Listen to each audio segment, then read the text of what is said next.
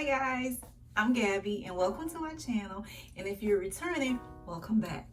In today's video, we're going to talk about ways that we can make our spouse's adjustment to the US as smooth and seamless as possible.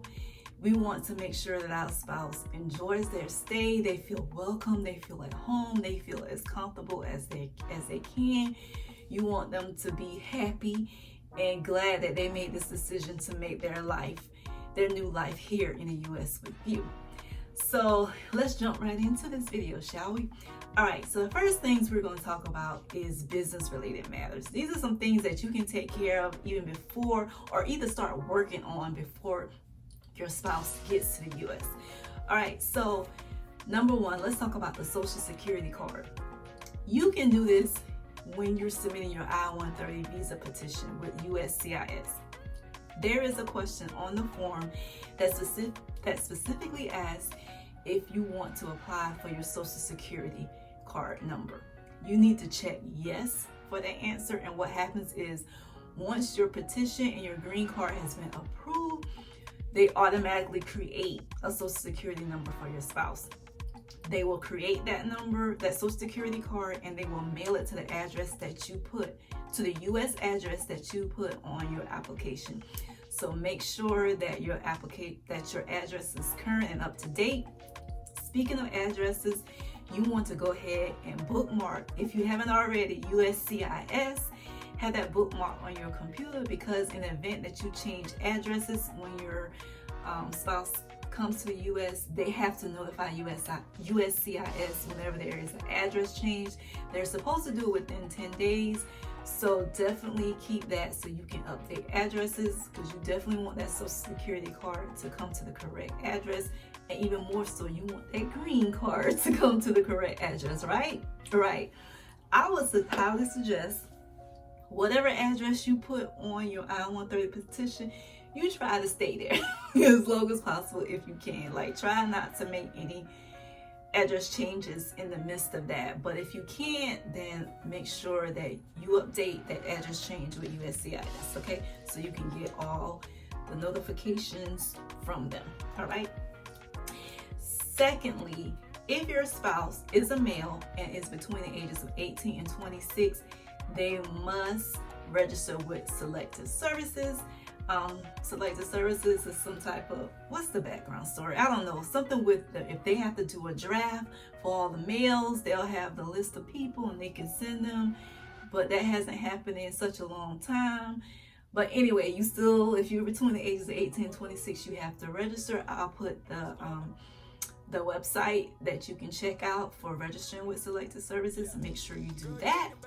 And speaking of green cards, you have to pay immigrant fee to USCIS for them to produce the green card for your spouse. This fee was $220. I believe that's still the current fee. I'm not sure. You can check the USCIS website to confirm that fee. This is separate from the immigrant fee that you paid with the National Visa Center. There's an additional fee. There was a processing fee that the National Visa immigrant visa processing fee that you paid to the National Visa Center. This is another immigrant visa fee that you paid to USCIS that actually produces the actual card for you. So you have to pay that. You can pay that prior to your spouse coming, or like what I did, I waited until he got here. My husband got maybe like 2 or 3 days after he got here, I paid that fee. And you pay it online. I'll put the link there to USCIS where you would pay that fee. Must be paid in order for them to physically make your green card. Do that. Definitely, if your spouse is going to be driving, you want to go ahead and figure out what are your state's rules for driver's licenses. Some states, they accept the international driver's license. They just like transfer you to their state's driver's license. Unfortunately, my state does not do that. You have to take the driver's test. So contact your state's driver's services to find out what exactly you need to do. Even if they are able to transfer the fee, I definitely would suggest that you get that driver's manual, because your spouse is going to need to learn the laws of the driving laws of the road. They need to get that information. If they're going to be taking a test, go ahead and get that manual for them as well. Set aside some time to teach them some driving time, or if you have extra funds, go ahead and you can schedule driving school for them as well. You know, just go ahead and prepare to help your spouse get that driver's license if that's something that they would like to do. Also, you will want to go ahead and figure out what bank your spouse will be banking with. Will they be banking with your bank? When we're speaking about these business things, also keep in mind, make sure your spouse brings all these documents that they would need to conduct business related matters in the States. You know, here we want people's social security number, we want their driver's license, their birth certificate, their passports. Make sure your spouse brings all that stuff from their country abroad here so they can be able to conduct business here. Medical records, school records, make sure they have all those things on their person when they travel so they can have it here. So whenever y'all are conducting business, y'all won't have any issues, okay? And also go ahead and establish who is going to be your spouse's doctor, dentist, eye doctor, whatever their medical providers are going to be. Are they going to use your medical providers? Just go ahead and have an idea of who they're going to use and sign them up on your company's. If you use your health insurance through your employer, go ahead and figure out when your open enrollment is. I know for my husband, he came during the summer, so I had to wait until the fall winter to sign her up with our company's open enrollment. So go ahead and kind of get that information ready so you can do that for them as well. Yeah, so that should be pretty much it for most of the business related stuff. If I forgot anything, drop me in the comments below. Okay, thank you. Okay, let's talk about the welcome home part. So this earring keeps, I don't know why. Ugh. Yeah, so what I did was I created like a little welcome basket for my husband, like household stuff that he could find useful, like a mug for him to drink tea or coffee. Well, he doesn't drink coffee. For him to drink tea, a t-shirt with our state's team, just cute little stuff that I thought he would find that he will kind of enjoy. That kind of was like related to our state, just, you know, just something cute like that. And I also had a welcome banner put up. I went to the Dollar Tree and got balloons. It doesn't have to be expensive, overboard. It's the thought that counts. Like I got him balloons from the dollar store. Well, that's $1.25, child. But anyway, I got balloons from the dollar store. I got this suggestion from my friend. She's like, why don't you do something real cute, you know? Yeah, so I had that set up so when he walked in the house, he could see all these balloons and flowers and cake, and so just to make him feel welcome. This is a great opportunity for you to become like a tourist in your city. Like you can get to like kind of show your spouse your city. Checked out all the different local tourist spots, the different restaurants. I took them to my favorite places that I like to frequent, my favorite restaurants, my favorite stores.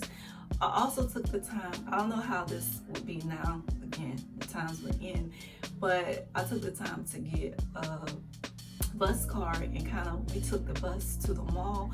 So I just wanted to show him how he can utilize the public transportation to get around, because at that particular time he didn't have his driver's license yet. So I taught him the route, and he was to how to get from like different places to the mall, to the grocery store. Yeah, and I made sure to try to find like local places for him. I found a Ghana grocery store, things that you know your spouse loves and enjoys and probably would miss from his home country. If you can find those things here in the States, go ahead and research and look for those things. Find what it was just funny to me to know that this grocery store that I'm telling you about is a mile down the street from the house. Like, who would have known? Also, I would suggest, if you can, take some time off from work. I know I took off 2 weeks. I use this time to spend my husband to kind of be like a tourist of our state. We were able to go around and do all the local stuff that tourists would do. It was kind of fun to be able to like do that. Of course, they need to kind of learn new things and get into the U.S. culture and you know, dive into the U.S. way of doing things, but you don't want them to completely throw away their culture either. However way you can embrace that and bring that here, do that for your spouse. And that's what I was trying to do by finding the grocery store, you know, just finding restaurants. We tried like a couple of African restaurants, but he still prefers cooking at home. He likes going to the African grocery store and buying his local things there and cooking there. He's still not too fond of American food. The only thing he'll eat is French fries. Like, he not with it. He not with it.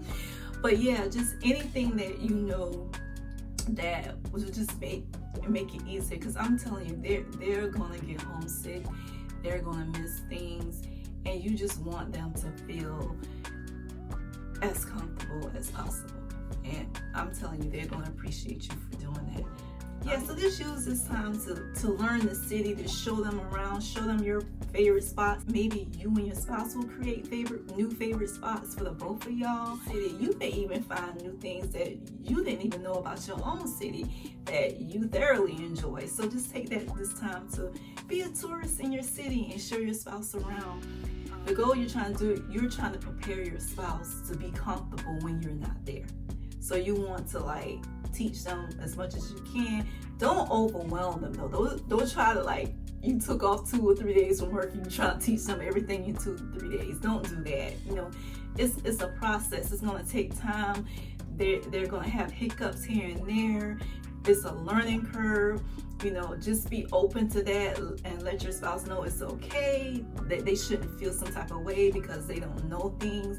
Just try to make them feel as comfortable and as confident as possible. That's the key word. That confidence level is going to be very low, so you just need to be there to help build it up. Okay, they're going to feel silly at times. They're going to feel like they don't know anything. They're going to feel out of place. You are there to let them know that it's okay, that nothing's perfect, nobody's perfect. Even us US people look silly sometimes because we don't understand certain things or we don't know certain things. So just be that support, to be there for them, you know. And what I kind of did too was, in the beginning I was like doing everything, showing my husband everything. Then I kind of like stepped back. Like when we would go out and do things, I would kind of move to the side and kind of let him do it. And then, you know, if he has an issue, this is hard for me because I like to jump in and take over, but that's something I had to be conscious of, like kind of let him do it. So I think this is very important to discuss, because this can be a very overwhelming process for someone who's coming from a completely different country, traveling maybe thousands of miles to a new place that they're not aware of, don't have much family other than you. They're leaving behind maybe an old job, they're leaving behind other extended family. Some cases they're leaving behind their children just for a little while. So this can be a very, very exciting but still yet stressful time for this person. Okay guys, so I hope that you found this information helpful. If there's anything that I left out, please leave it in the comment section below. I'm pretty sure there are some things that I didn't even think about, or some things that I actually left out. Again, I hope this has been helpful. And as always, thanks for watching. See you in the next video. Bye.